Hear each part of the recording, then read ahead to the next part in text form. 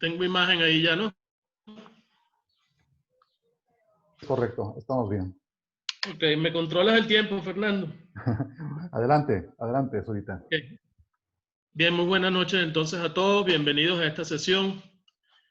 Los siguientes 30 minutos hablaremos un poco sobre algunos aspectos del Doppler en medicina materno-fetal. Y debo comenzar diciendo que no existen evidencias sin experiencias y que en medicina las evidencias sin experiencia pueden resultar algo dañino a largo plazo, inclusive trágico. Cuando hablamos de Doppler en medicina materno-fetal o cuando hablamos de aspectos importantes en medicina materno-fetal, es interesante mencionar el aspecto de la pobreza.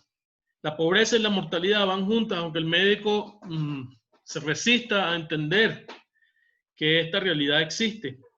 Y obviamente los países más pobres pues tienen una mortalidad mayor y ese es el mapa de la mortalidad materna en el mundo.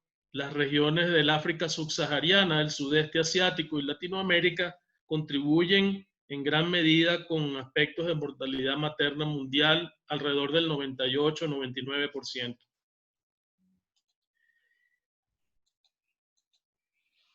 Y esa es la cifra de mortalidad materna. Estas son las muertes maternas anuales. 600.000 muertes por año, 98% de ellas en países en vías de desarrollo, y las causas de muerte son prácticamente las mismas desde hace 100 años. Hipertensión gestacional, hemorragia, aborto, infecciones y problemas circulatorios, donde entra también la anemia, el HIV, el paludismo, las enfermedades cardiovasculares. Para que tengan una idea, ahora que nos movemos en cifras en momentos de pandemia con COVID, diariamente mueren en el mundo 1.643 mujeres en el embarazo, el parto o el puerperio, y esta mortalidad permanece exactamente igual aún en época de pandemia. Hay unas 68 muertes por hora, más o menos una por minuto, sin tomar en cuenta las discapacidades que quedan o las comorbilidades que quedan. De tal manera que la tasa de mortalidad materna depende sustancialmente de la calidad de la atención médica. El médico forma parte de ese sistema médico durante la etapa prenatal, el parto y el puerperio. Y es un indicador del desarrollo de un país, tal como lo señala la Organización Mundial de la Salud. Si hablamos de mortalidad perinatal, pues esta cifra es aún más alarmante: 6 millones de muertes anuales, 3 millones entre las semanas 28 y el parto o el nacimiento, y unos 3 millones en los primeros 7 días. De tal manera que hay unas 16.000 muertes por día, 684 por hora, unas 11 por minuto, una cada 5 segundos. El 99% de estas muertes ocurren en los mismos sectores de pobreza que señalé al principio: el África subsahariana, el sudeste asiático y Latinoamérica. El profesor Roberto Romero y el profesor José María Carrera publicaron un par de artículos hace algunos años en la revista latinoamericana de perinatología. El de Romero trataba sobre los grandes síndromes obstétricos, las reflexiones que podemos hacer de eso, y el de Carrera sobre la obstetricia y la perinatología en los años que él le ha tocado vivir o ejercer. Y la realidad es esta: en cuanto al origen de estos grandes síndromes, entiéndase preeclampsia, parto prematuro, ruptura prematura de membranas, restricción de crecimiento, óbito, diabetes, hay todavía dificultades para la prevención de estos problemas comunes. Y las características es que tienen múltiples causas, todavía etiologías desconocidas, un periodo subclínico prolongado, es un periodo de silencio prolongado, son resultado de adaptaciones a manifestaciones clínicas, enfermedades fetales a través de signos y síntomas maternos y desbalances entre la interacción del genoma y el medio ambiente, con las implicaciones biológicas y clínicas que eso tiene. La taxonomía obstétrica que usamos hoy en día es primitiva, tiene más de 100 años, es la misma terminología, aunque el médico insiste en cambiar algunos términos, se sigue refiriendo a lo mismo. Problemas de tipo genérico. El parto prematuro, ¿qué es? Infección, injuria vascular, un problema inmunológico. La preeclampsia, ¿qué es? Solo hipertensión y proteinuria es una enfermedad vascular, es una trombofilia, es un problema inmunológico, genético. La restricción de crecimiento, con esa definición absurda de un peso fetal por debajo del percentil 10 en cuanto a ciertos estándares que aún no terminan de definirse, es un problema también genérico, una consecuencia genérica. Y se ha hecho un énfasis en una serie de test precoces que demuestran, a la opinión de Romero, una visión ingenua para un problema obstétrico complejo.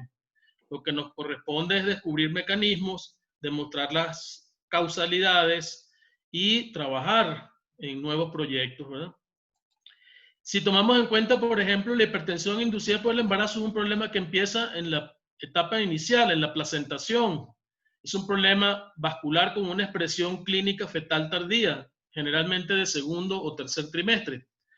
Y tan solo podemos mirar con un periodo subclínico prolongado y tan solo podemos mirar algo de lo que está ocurriendo a través de las arterias uterinas y la umbilical, que serían los dos componentes del lado materno y del lado fetal.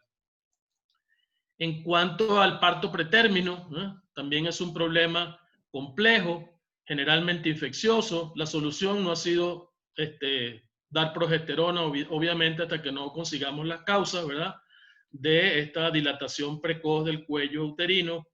Y además, todo lo que tengamos de sobrevida hasta ahora se lo debemos a las unidades de cuidados intensivos neonatales, que son los que han aumentado nuestra calidad de vida.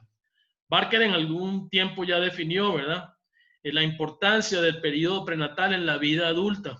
Sabemos que la mayoría de las enfermedades crónicas son el resultado de falta de coincidencia entre los genes y el medio ambiente, y que el periodo prenatal tiene una importancia para enfermedades como hipertensión, insuficiencia coronaria, insuficiencia cardíaca, diabetes, obesidad, enfermedad renal, infertilidad, e inclusive enfermedades psiquiátricas como por ejemplo la esquizofrenia, los trastornos bipolares, etc. Los médicos que hacemos obstetricia, ginecobstetricia, medicina materno-fetal, somos médicos que trabajamos para el futuro y somos médicos que trabajamos con géneros también. Nuestro paradigma está en el Doppler, es nuestra piedra roseta. Esa onda tiene una serie de información, no solamente numérica, tiene una serie de información morfológica que el médico debe atender y no debe dejar en manos de un calculador de riesgo algo tan espectacular como es la clínica perinatal. No puede dejar que un calculador de riesgo le diga lo que va a hacer o pretenda disminuir, menospreciar la experiencia médica con simplemente un número, ¿verdad? El Doppler ha sido paradigmático. Por ejemplo, en la isoinmunización RH fue un paradigma porque nos cambió la forma y el manejo, el diagnóstico y el manejo del feto anémico a través de la medición de velocidades, de pico de velocidades sistólicas en la arteria cerebral media. Así también el flujo de la umbilical en la hipoxia, la uterina en la prevención de la preeclampsia y el ducto venoso en la consideración sobre la circulación umbilico portoductal y unos nuevos paradigmas hemodinámicos fetales.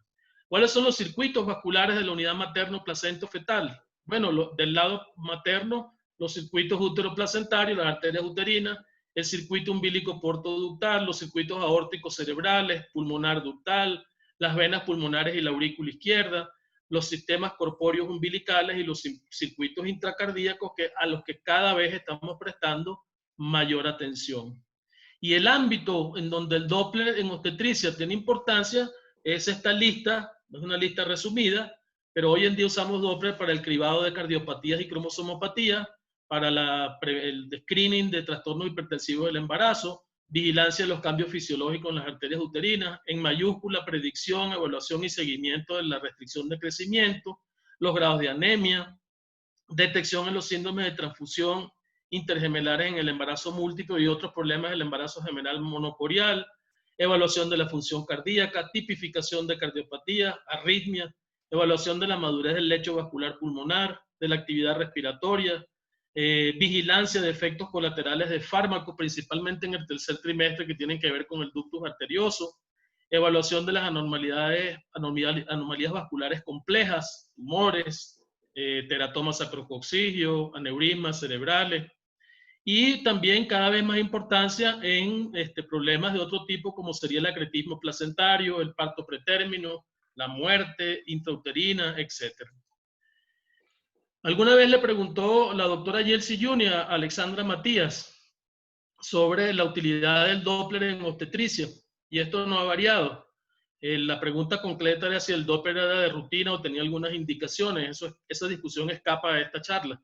Sin embargo, la doctora Matías decía, pues indicaciones de nivel 1, donde hay estudios randomizados, está el Doppler de la umbilical, en embarazos menores de 34 semanas, el Doppler de las uterinas, indicaciones de segundo nivel, estudios de cortes, series, multicéntrico, el flujo diastólico ausente en la arteria umbilical, el Doppler del ductus en el eco de 11 a 14 semanas, la estadificación de la hipoxia, y en niveles terciarios el Doppler de la cerebral media y las anemias. De alguna de esas cosas entonces nos ocuparemos. El milagro está aquí en el trofoblasto, cuya invasión permite transformar arterias espirales en vasos útero-placentarios propiamente dicho, a través de una serie de mecanismos extravellositarios o vellositarios que tienen ciertas influencias inmunológicas, bioquímicas, genéticas y que producen cambios vasculares en esas arterias, que es hartamente conocido ya por todos o suficientemente conocido ya por todos. Lo importante es que cuando esa adaptación vascular es ineficiente, es decir, no transforma el trofoblasto, las arterias espirales o helicinas, en vasos útero-placentarios, se produce una reducción de flujo en el espacio intervelloso, que tiene toda una serie de alteraciones y adaptaciones, y los principales son los circuitos de ahorro y los problemas de hipoperfusión y los problemas vasculares, que pasan todos por una cascada de eventos. Presencia de factores de riesgo, sí o no, alteraciones de las arterias uterinas, cambio en el patrón de crecimiento, aumento en la impedancia umbilical, disminución del volumen de líquido amniótico, vasodilatación cerebral, alteraciones de los patrones de conducta, fases avanzadas de centralización, alteraciones en la cardiotocografía y el perfil biofísico, vasoplegia y finalmente la muerte o las secuelas. Y todo esto obedece, no es arbitrario, todo esto obedece a un principio de entropía, que es la segunda ley de la termodinámica y que regula no solamente el principio biológico, sino también que la entropía está en el ámbito de la economía, de la ingeniería, de cualquier ámbito humano científico. Es decir, que primero se darán una serie de cambios arteriales, y estos conceptos son viejos, luego una serie de cambios arteriales y venosos, luego una serie de cambios mixtos hasta que ocurre una vasoplegia y finalmente acontecerán secuelas o se producirá la muerte perinatal. En esta gráfica se resume todo lo que ocurre a nivel periférico, no cardíaco, como adaptación fetal a la hipoxia. Es decir, la presencia de alteraciones uterinas pueden o no estar presentes, la pérdida progresiva de las velocidades diastólicas en la arteria umbilical hasta que se hagan reversas, los procesos de vasodilatación cerebral, normalización y reversas, y luego las alteraciones cardíacas o tardías que vemos, las cardíacas tardías, y que toda esta serie de eventos periféricos obedecen a un problema hemodinámico. El feto aumenta su poscarga en el ventrículo derecho porque hay vasoconstricción, resistencias vasculares periféricas aumentadas, hay disminución de la poscarga del ventrículo izquierdo por vasodilatación y luego cae el gasto cardíaco biventricular. Todo esto explica todos los cambios periféricos que nosotros vemos. Y nosotros seguimos en medicina materno-fetal evaluando al feto periféricamente, que sería el equivalente a que usted entre en una unidad de terapia intensiva y en vez de tenerle una vía central, le sigan midiendo el pulso radial para ver cómo está su respuesta cardiovascular. ¿Ah? Necesitamos entrar a ver el corazón junto con estos procesos e incorporarlos a la historia natural del deterioro fetal de origen vascular. Esto es más o menos lo que tenemos ahora. Las uterinas, las umbilicales, las cerebrales, el ductus y el istmo. Y nosotros podemos hacer un análisis de este jeroglifo, de esta piedra roseta, sin ninguna interpretación numérica, Por ejemplo, cuando yo veo esta uterina, que no tiene accidentes en la diástole y que sus velocidades diastólicas representan 50% más de sus velocidades sistólicas, cualquier índice que aplique allí, entiéndase sístole, diástole, resistencia, pulsatilidad o diástole, sístole, va a dar normal en cualquier calculador, porque eso significa que hay unos vasos uterinos que se convirtieron en vasos uteroplacentarios. El mismo principio puede ser aplicado a la umbilical, cuando el 30%, cuando la umbilical tiene un 30% o más de diástole en relación a la sístole, cualquier índice que aplique es normal. Para la cerebral media, podemos aplicar el mismo razonamiento lógico y clínico. Si las velocidades diastólicas son el 30% o menos de las velocidades sistólicas, cualquier índice es normal. También lo puedo aplicar en el ductus venoso. Si la sístole atrial en el ductus venoso es 30% o más de la sístole ventricular, quiere decir que cualquier índice también va a ser normal. Y si el istmo aórtico tiene velocidades, tiene un nadir sistólico retrógrado que va a aumentar progresivamente a medida que avanza la edad gestacional, pero tiene velocidades diastólicas positivas, significa que el istmo es el cortocircuito donde se expresa que ambos ventrículos, trabajando a presiones diferentes, tienen una hemodinamia en paralelo. Y un ventrículo puede suplir inclusive el trabajo del otro. Y además significa, cuando ve el istmo, que el ventrículo izquierdo es un ventrículo cerebral sistémico y que el ventrículo derecho es un ventrículo pulmonar sistémico, que también lo puedo ver con la relación cerebro-placentaria. Sin números, aplicando clínica perinatal. No estoy en contra del número, pero el número no tiene ningún valor sin un análisis clínico. Y hemos dado mucho énfasis al percentil, al valor, al promedio, y hemos olvidado la clínica perinatal. Y así podemos seguir, por ejemplo, en los flujos atrioventriculares, en la relación EA, en el flujo de los vasos, venas pulmonares y arteria pulmonar insonados simultáneamente. Si yo tengo una sístole atrial de 30% o más que la sístole ventricular en las venas pulmonares y esa sístole atrial es positiva, quiere decir que la presión en la aurícula izquierda es normal, que no hay obstrucción en el llenado ventricular y que no hay obstrucción en la salida, sin ningún número. Simplemente evaluando, interpretando clínicamente lo que está aconteciendo desde el punto de vista hemodinámico. Entonces, hay una serie de características cardiovasculares que están presentes en el feto con restricción. ¿Y por qué en el feto con restricción? Porque es el modelo biológico con el cual yo puedo interpretar la historia natural del deterioro fetal de origen vascular. Ese es el modelo biológico. Ese es el modelo biológico que uso. Y esto es progresivo. Y esa progresión, esa aparición progresiva o la deterioro progresivo de algunas variables hemodinámicas no es un concepto nuevo tampoco, es un concepto que tiene más de 25 años, repito, más de 25 años, no es nada nuevo. Y que esto va cayendo progresivamente, lo primero que se elevan son las impedancias uterinas y el último que se altera son los flujos venosos en el ductus venoso y que dan el menor espacio de manejo clínico. Y este concepto tiene que ver, haciendo un enlace con la historia natural del deterioro fetal que les mostraba y que tiene que ver con la segunda ley de la termodinámica o la entropía. Ningún feto puede actuar distinto a esta cascada. Ninguno.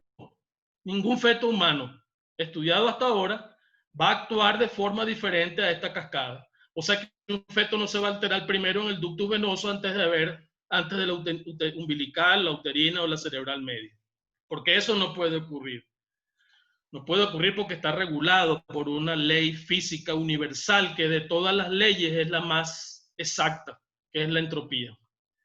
¿Qué pasa con la discriminación entre restricción temprana y tardía? Bueno, que mientras más temprano aparezca una restricción, hay más chance de que usted observe cambios arteriales y venosos progresivos. Y que cuando esa manifestación de restricción es tardía, no hay oportunidad, ni habrá oportunidad para que aparezcan alteraciones venosas. Es un concepto viejo reforzado recientemente por el grupo de Bachat o el grupo de Grata-Koch, etc. No me voy a detener en lo umbilical porque ya es bastante conocido. La cerebral, simplemente hablar un poco de lo que es esta relación cerebro-placentaria arriba de 1 o 2, que significa claramente que el ventrículo izquierdo, cuando esto está mayor de 1 o 2, el ventrículo izquierdo es cerebral sistémico y el ventrículo derecho es pulmonar sistémico. Así que va a tener más baja impedancia, menor impedancia la umbilical que la cerebral, eso es todo. Y que el corazón está trabajando para distribuir ese flujo, lo está haciendo de forma adecuada. Tiene un trabajo cardíaco adecuado. Manda sangre al cerebro que tiene una presión diferente y manda sangre a la placenta que tiene una presión más baja. Eso es lo que significa ese índice, independientemente del valor numérico que, repito, hay que tomar en consideración sin olvidar la clínica.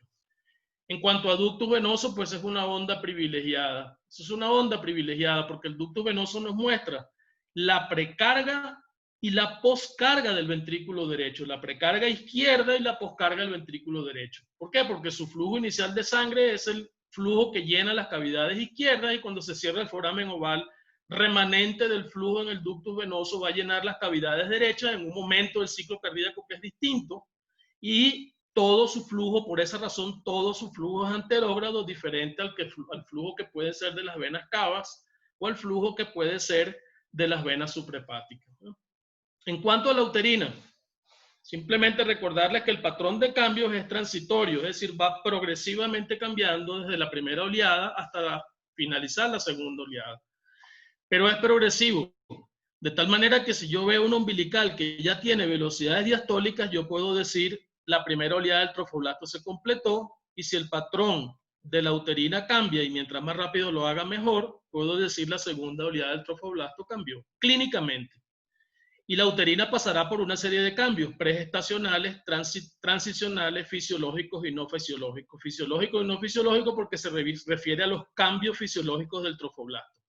¿Qué llama una arteria uterina no fisiológica? Que cuando el embarazo tiene más de 20 semanas, persiste con un patrón pregestacional. Es decir, tiene incisuras, demuestra alta presión, y cualquiera de los índices que aplique va a dar elevado.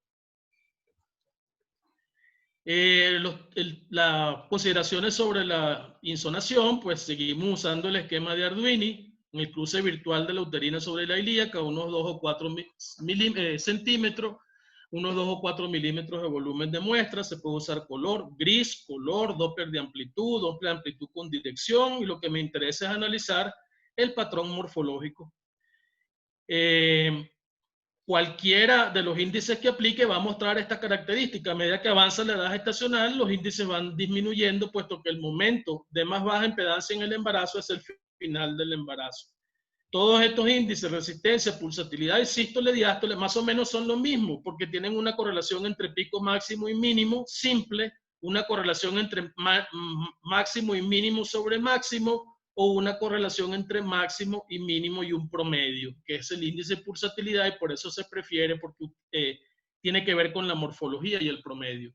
Pero todos son independientes del ángulo, del calibre y de la velocidad del vaso. Repito, son independientes del ángulo, el calibre y la velocidad del vaso. Tampoco esto es nuevo con las uterinas, no es nuevo. El primero que hizo una observación fue Harrington, que se dio cuenta que este patrón que persistía después de la semana 20 estaba en relación con restricción, hipertensión y parto prematuro, y eso lo hizo en el año 96, hace 24 años, que habló de uterinas y habló de este hallazgo que hoy en día parece ser algo novedoso cuando en realidad no lo es.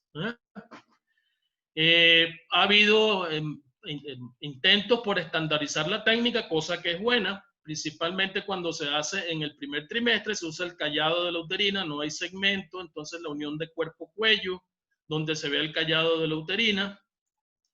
Y el grupo, donde está el grupo de Gratacós, que es el grupo del Clinic, ha demostrado que mientras menos edad gestacional tenemos, mayor cantidad de incisuras, índices más elevados, y que a partir de la semana 20, más o menos, esos índices están en el orden del 6% de anormalidad.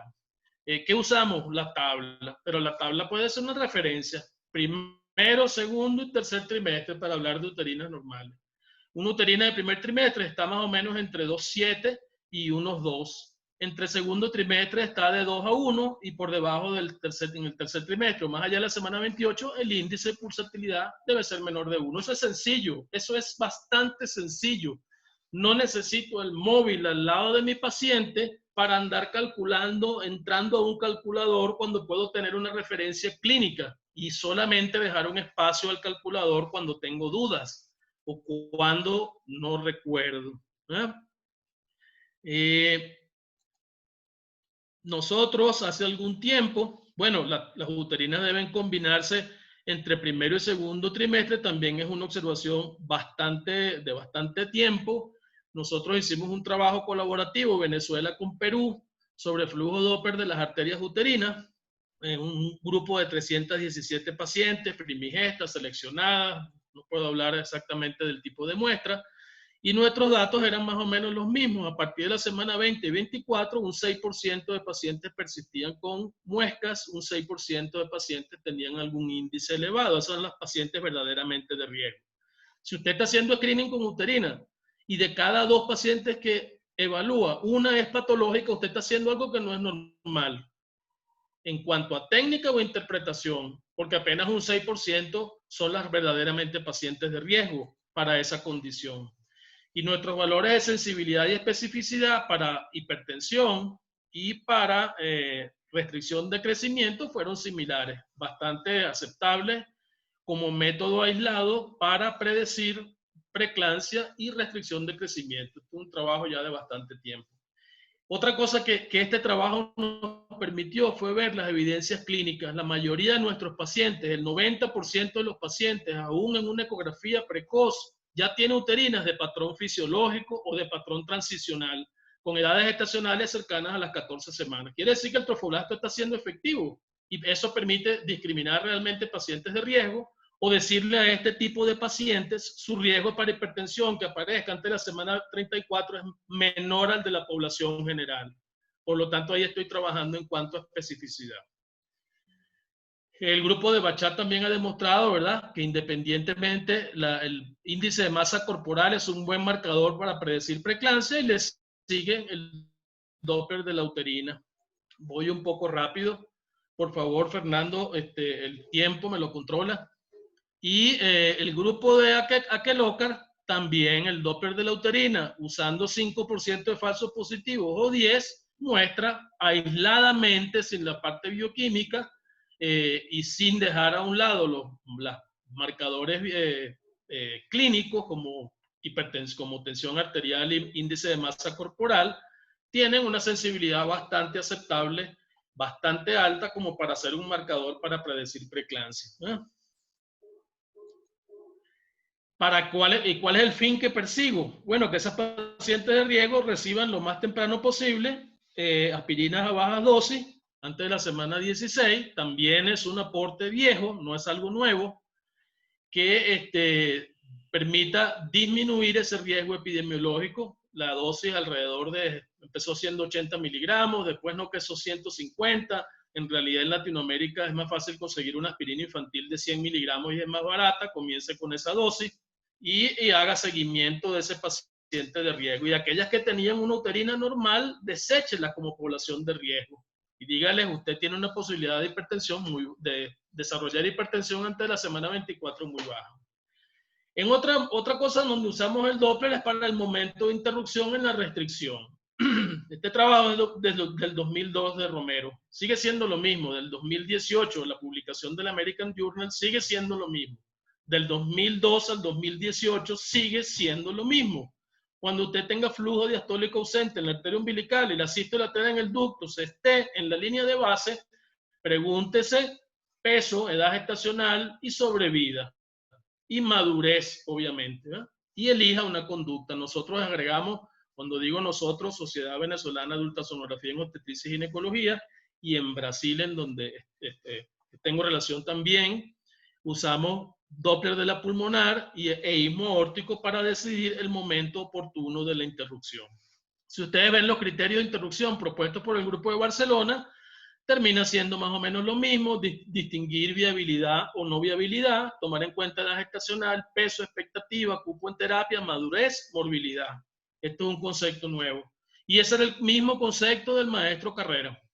Tomar en consideración la condición fetal, la edad gestacional, el grado de madurez, peculiaridades clínicas del sistema de salud donde lo voy a atender y decidir conducta. ¿Ok? Y tampoco ha cambiado la clasificación de perfil hemodinámico efecto placentario. Esta es la de Carrera, de hace 25 años, que clasificaba el tipo 1 como aumento de impedancia en la arteria umbilical, con uterina o no anormal. Tipo 2, desaparición de las velocidades diastólicas con vasodilatación.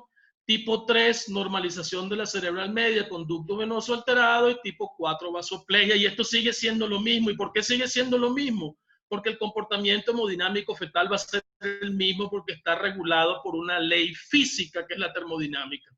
No puede venir nadie hoy a pretender que este concepto ha cambiado y ahora es distinto porque el feto se comporta de una misma manera, y básicamente lo que podrá hacer son modificaciones a este perfil, pero una modificación que parte de la soberbia también, porque es una enfermedad no entendida, y aún siendo una enfermedad no entendida o no comprendida, el médico intenta reclasificarla constantemente en sus fracasos por saber cómo mejorar su clínica. Siguen siendo los mismos indicadores, ¿verdad? Año 2012, tomar en cuenta la umbilical, cerebral media, el ductus, etcétera, la uterina, sigue siendo lo mismo.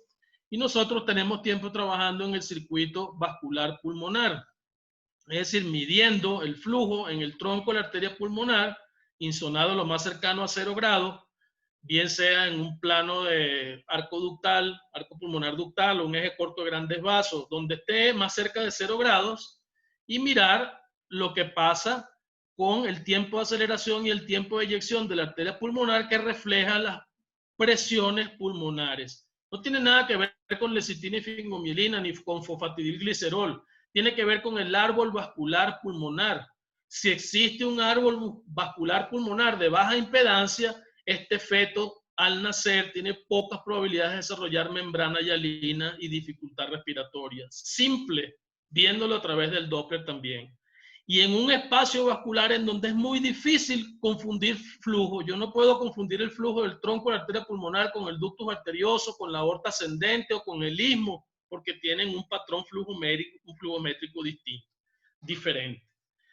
¿Qué observaciones hemos hecho ahí? Bueno, un embarazo con menos de 37 semanas tiene menos de 34% de la relación tiempo-aceleración, tiempo de eyección. Uno puede definir lo que es un patrón inmaduro, transicional inmaduro, a través del Doppler, y ese concepto que fue desarrollado hace algún tiempo fue rescatado por el grupo de Mari, el doctor Giancarlo Mari, que es quien cambió el paradigma de la isoinmunización. Él tuvo hallazgos similares a los de nosotros, y en Tennessee se usa este marcador para predecir madurez pulmonar y tomar decisiones. ¿Cuál fue el paso siguiente que hicimos? Pues tomamos la fórmula de Davestani, de todas las que probamos, que es la fórmula más apropiada para medir la presión pulmonar fetal. Nos dimos a la tarea de medir la presión pulmonar fetal y nos dimos cuenta que la presión media de la arteria pulmonar va decayendo a medida que avanza la edad gestacional, diferente a lo que dicen los libros. Este hallazgo muestra que el tiempo la presión va disminuyendo porque va aumentando el tiempo de aceleración, y nos establecimos un punto de corte que está en el orden de 46 milímetros de mercurio. Una presión media de arteria pulmonar fetal con menos de 46 milímetros de mercurio tiene poca probabilidad de desarrollar membrana hialina o de desarrollar distrés respiratorio. Se comporta como un pulmón de término. Así que usamos todo este arsenal de flujo para hacer una interpretación clínica de lo que está pasando. Este es un feto que tiene cerca de 36 semanas, una madre que tomó atenolol durante todo el embarazo, tiene una restricción de crecimiento producto de un medicamento, y necesitamos ya ver la desincorporación de este embarazo. La relación cerebro-placentaria está alterada, el ducto se mantiene normal, la morfología, la función cardíaca también es normal, al igual que la función del ventrículo izquierdo, el trabajo del ventrículo izquierdo, perdón. Este feto tiene 43% de tate y tiene una presión de 42 milímetros de mercurio, y se aconseja entonces el nacimiento con un feto que va a pesar, que va a estar por debajo del percentil 10, pero que tiene una respiración normal, ¿no? Este trabajo sobre presión media de la arteria pulmonar lo publicamos en el Journal de Perinatología, de Medicina Perinatal, perdón, y son los hallazgos que les mencioné, y esto lo publicamos en el año 2019. Istmo aórtico, ya concluyendo, bueno, usted tampoco necesita un número para el istmo, porque el propio profesor Furón determinó que existen dos patrones fisiológicos y dos patrones de daño neurológico. ¿Cuáles son los patrones de daño neurológico? Los que tienen su diástole invertida. Y mientras más profunda la diástole, mayor daño neurológico. ¿Qué significa el daño neurológico? Que este feto se está oxigenando en su cerebro con sangre del ventrículo derecho que tiene un tenor de oxígeno menor. Nada, sin ningún número, solamente viendo el flujo. ¿Ah? Y si este feto tuviera una transposición de grandes arterias, el cardiólogo va a mirar, o pide, o lo mira él, o lo pide que lo mire otro, para saber cómo está el cerebro, que es parte de su asesoría, porque la parte cardíaca va a ser corregida de forma casi que satisfactoria siempre. Pero el problema neurológico, la secuela neurológica, no es producto de la cirugía, ni del tiempo de bomba extracorpórea, ni del manejo en terapia intensiva neonatal, sino del grado de oxigenación que tenga el cerebro de sangre del ventrículo derecho. ¿Eh? Creo que no tengo tiempo y Fernando me anda haciendo señas ya por ahí, así que me apuro un poco para llegar hasta el final. El istmo aórtico entonces para nosotros es útil porque es el único cortocircuito de la circulación fetal, porque muestra el gasto biventricular, la resistencia periférica, y es útil en las cardiopatías y las arritmias. Al final van a surgir los scores de disfunción sístolo-diastólica. Este es el de Utah, es un score limitado porque se limita a la función sistólica, y cuando está alterado ya pasaron todas las señales de disfunción diastólica. Sin embargo, sigue siendo usado y principalmente por cardiólogos. Y luego, en la restricción de crecimiento, ya se ha demostrado que primero se altera la diástole y después la sístole. Entonces usted tiene que buscar un score de disfunción eminentemente sistólico. Ahí están todas las herramientas que puede usted tener para ver la función diastólica fetal, donde pudieran estar, por ejemplo, el ductus venoso, las venas pulmonares, el doppler tisular, el istmo aórtico, etc. Y establecer algún score de disfunción que se ha usado en nuestro grupo en hipertrofia miocárdica, en el feto de madre diabética con hipertrofia miocárdica, y se puede discriminar la disfunción en ausente, leve o moderada y severa, y de acuerdo a eso hacemos el manejo, a esos puntajes. Y hemos trabajado también en un score de disfunción diastólica para ventrículo izquierdo, que está íntimamente relacionada con la restricción de crecimiento y que puede tener estos 5 parámetros, o 3 o 2, lo que usted haga. Es porcentual la clasificación, tiene que ver con la excursión del septum primum, venas pulmonares, ductus, el istmo aórtico, fracción de succión del atrio izquierdo, y también clasificar este feto con restricción, con disfunción ausente, leve, moderada y grave, y de acuerdo a eso hacer el manejo. Y esto ya significa que el feto entró en terapia intensiva y que usted no le va a seguir midiendo el pulso radial, sino que usted está midiendo la función cardíaca central para ver lo que está pasando con este feto, ¿no? En el congreso de ISUOC del año 2016 presentamos un trabajo sobre venas pulmonares y en restricción de crecimiento como un predictor temprano. No me detengo en eso. Y al final darnos cuenta pues que la insuficiencia placentaria es una condición progresiva, es irreversible, es incurable, siendo tratada solamente con la culminación del embarazo, y usted para esta culminación del embarazo y decidir el momento necesita aplicar el Doppler, no necesita solo un calculador, sino que necesita clínica perinatal para entender lo que está pasando y establecer un manejo que a veces puede ser individual y que requiere la mayor cantidad de información vascular que usted pueda recoger y que pueda interpretar, también. Sin olvidar una serie de variables biofísicas que deben estar pendientes, como por ejemplo el movimiento de los líquidos nasales.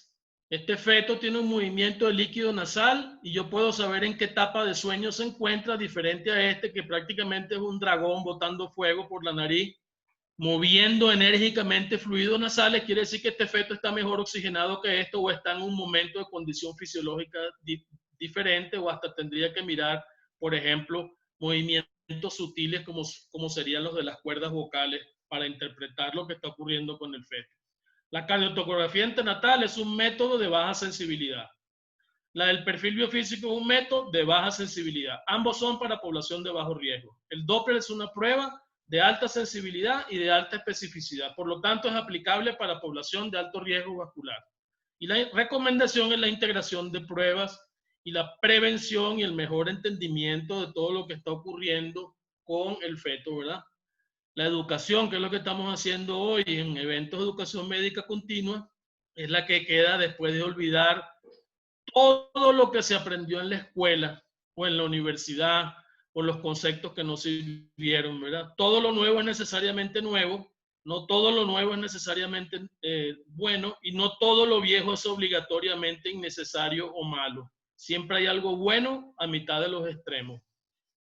Muchísimas gracias y pido disculpas si me extendí algo más de lo convenido en el tiempo. Agradezco, Fernando, que no solo me hizo señas, pero no me interrumpió.